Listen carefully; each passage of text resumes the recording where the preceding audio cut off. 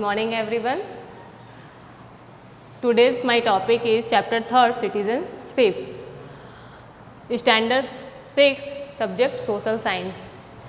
तो स्टूडेंट से सिटीजनशिप क्या है आप नॉर्मली जानते हैं। अगर हम हमारा इस कंट्री में बर्थ हुआ है तो हम यहाँ के सिटीजन्स हैं और हमें सिटीजनशिप अपने आप मिल जाती है, ठीक है। लेकिन इसकी स्टार्टिंग कैसे होती है? जब भी आपका बर्थ होता है तो स्टार्टिंग होती है आपकी फैमिली से, ठीक है। तो the family is a social institution to which the child comes in contact first. तो जो फैमिली होती है वो किसी भी बच्चे के लाइफ में सबसे पहला कॉन्टेक्ट होती है, ठीक है।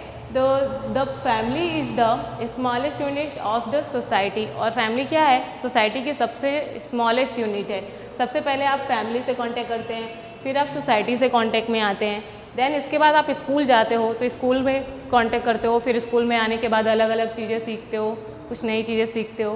तो आपकी स्टार्ट तो सबसे पहले फैमिली से ही होती है।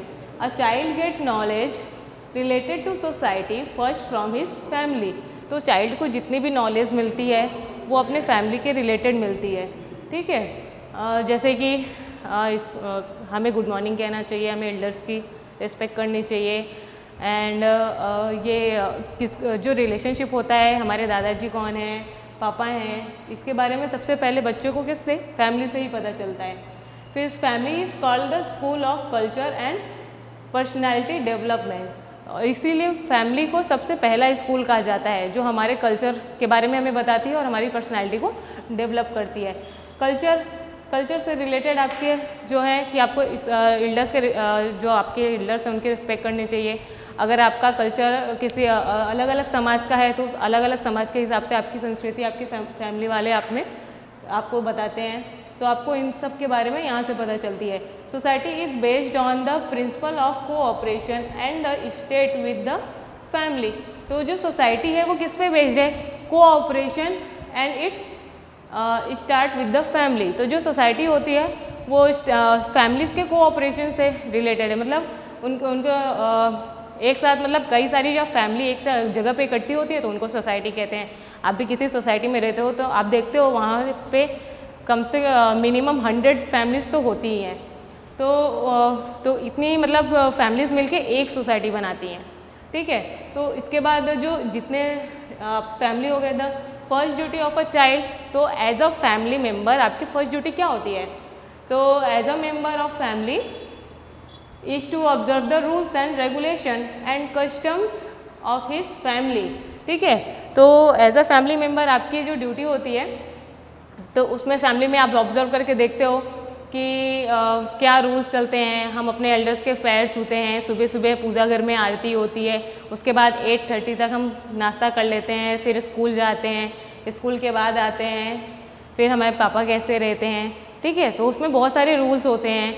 किसी एक जो हमारा गार्डियन होता है उसकी बातें सब लोग सुनते हो, तो ये आपको फैमिली से पता चलती है, उनकी कस्टम्स। तो वो कैसे पता चलते हैं? आप फैमिली में रहते हो, उसको देखते हो, ऑब्जर्व करते हो, फिर आप अपने आप ही सीख जाते हो।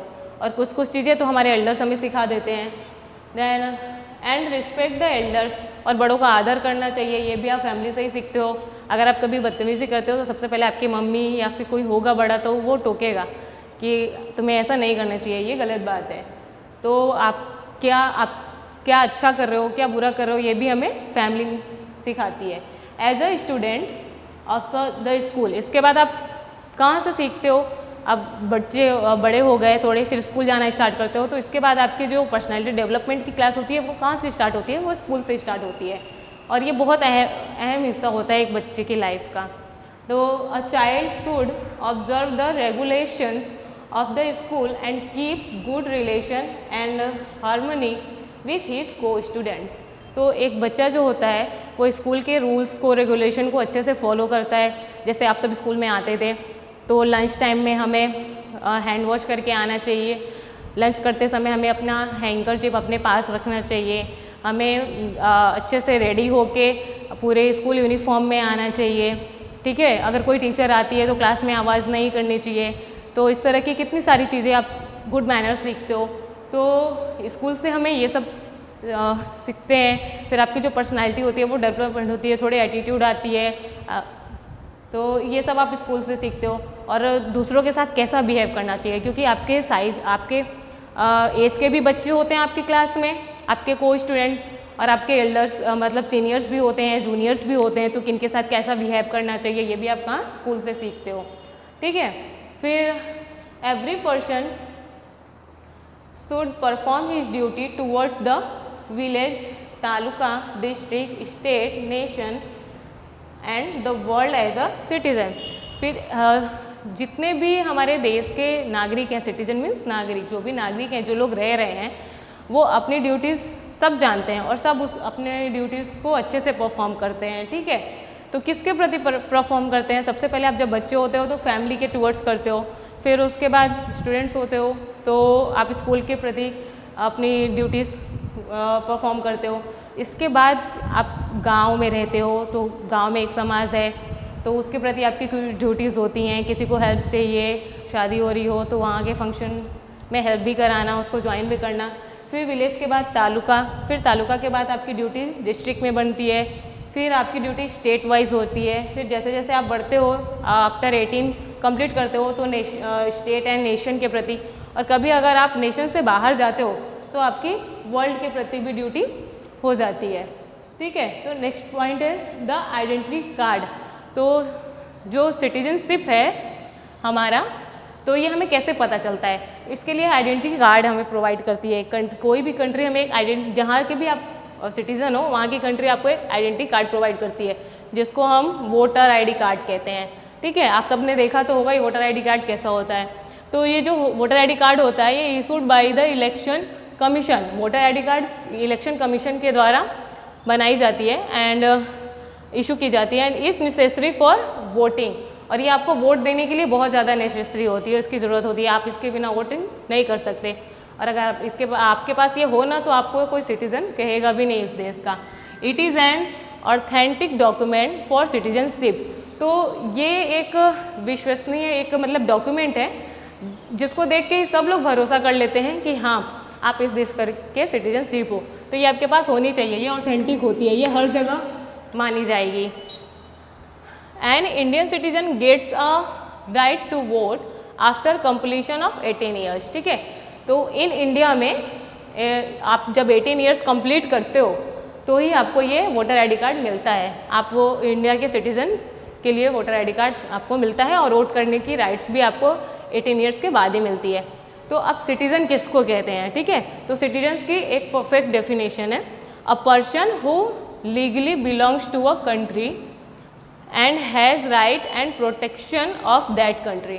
तो कोई भी एक वो व्यक्ति जो लीगली कंट्री से बिलोंग करता है और उसके पास कंट्री के द्वारा जो दिए गए राइट्स होते हैं वो, और कंट्री के द्वारा दिए गए जो प्रोटेक्शन होते हैं वो उनके पास हो, तो is known as a citizen of that country. तो वो उस देश का नागरिक कहलाता है। ठीक है। अभी तो हमारे कंट्री में सिटीजन्स तो होते ही हैं, इसके अलावा बहुत सारे फॉरेनर्स भी आते हैं। तो क्या वो भी सिटीजन्स होते हैं हमारे कंट्री के? इसके बारे में मैं आपको बताऊंगी। तो जो फॉरेनर्स होते हैं, foreigners who are not staying on a permanent basis in India have no rights to contest election, to vote, to assume government position or any other such rights, therefore they are not called Indian citizens। तो जो foreigners होते हैं वो study करने के लिए आते हैं, कोई विजिटिंग के लिए आता है, तो वो परमानेंटली नहीं आते हैं स्टे करने के लिए, तो और उनके पास न वोटिंग की राइट्स भी नहीं होती है और वो इलेक्शन में भाग भी नहीं ले सकते हैं। इसके बाद वो जो भी गवर्नमेंट की पोजीशन होती है उसके लिए भी कुछ अज्यूम नहीं करते हैं। इसके अलावा जो एनी अदर सच राइट्स होती हैं उनके पास वो भी नहीं होती है, इसलिए हम उनको जो फॉरेनर्स होते हैं उनको हम सिटीजन्स नहीं कर सकते, वो फॉरेनर्स ही होते हैं। इसके बाद है नेक्स्ट टॉपिक सिटीजनशिप।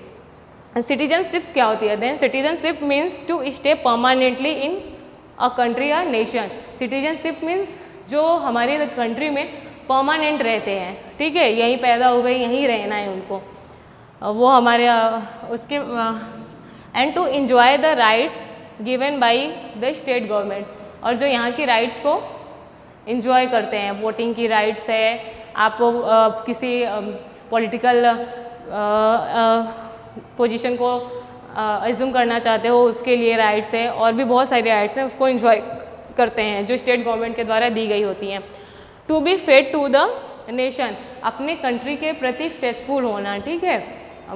जैसे ये हमारी कंट्री है तो हमारी कंट्री का जो पब्लिक प्रॉपर्टीज़ होती है उनकी देखभाल करना, खुद से ही फेथफुल होते हैं वो लोग कंट्री के प्रति, ऐसे लोग। और to perform the duties interested to him, और जो भी उनको ड्यूटी दी गई होती है वो उसको अच्छे से परफॉर्म करते हैं, तो वही हमारे देश के उनको ही हम सिटीजनशिप मिलती है और उनको ही सिटीज़न कहते हैं।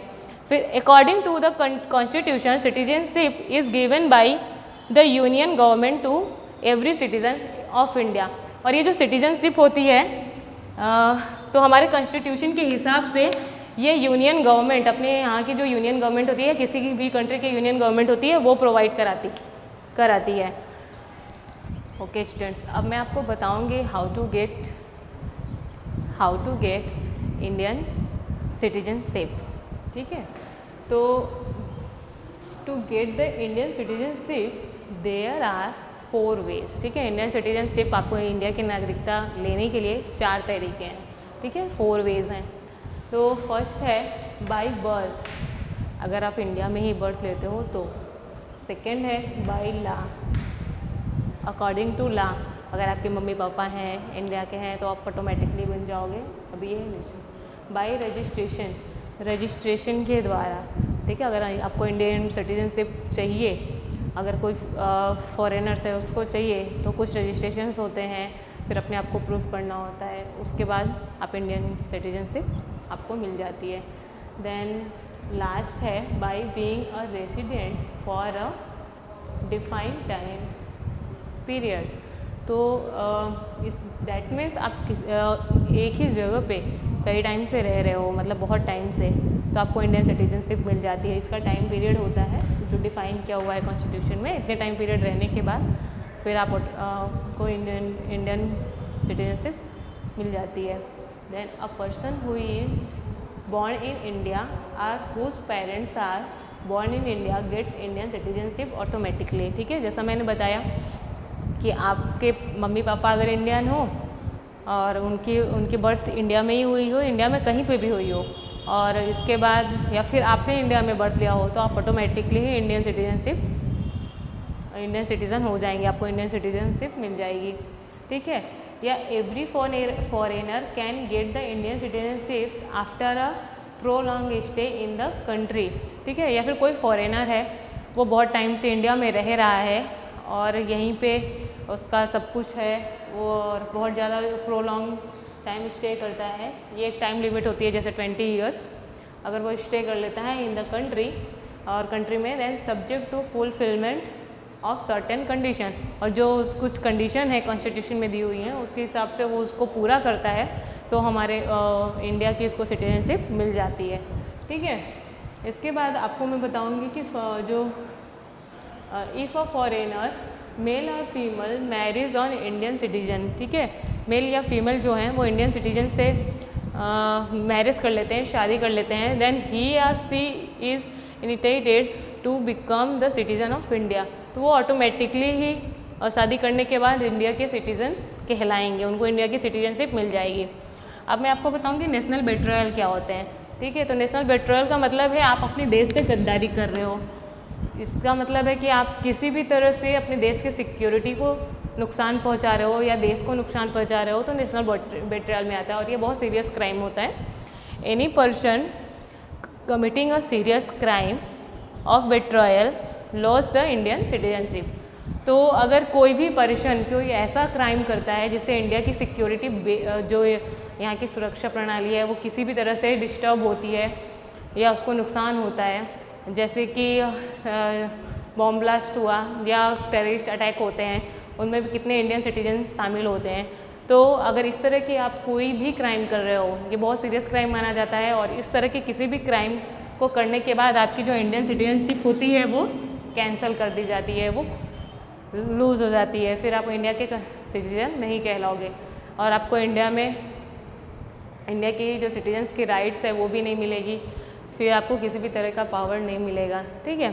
तो आप ऐसे समझ गए इंडिया सिटीजनशिप क्या होती है, सिटीजन्स क्या होते हैं। तो ऐसे तो आपकी स्टार्टिंग बर्थ से लेकर के फैमिली से लेकर के लास्ट में नेशनल तक पहुंचती है, ये पूरे वर्ल्ड में होती है। आपको कहीं पे सिटीजनशिप चाहिए होती है तो आप इसके थ्रू समझ सकते हो। ठीक है, then watch your video and understand it. Thank you.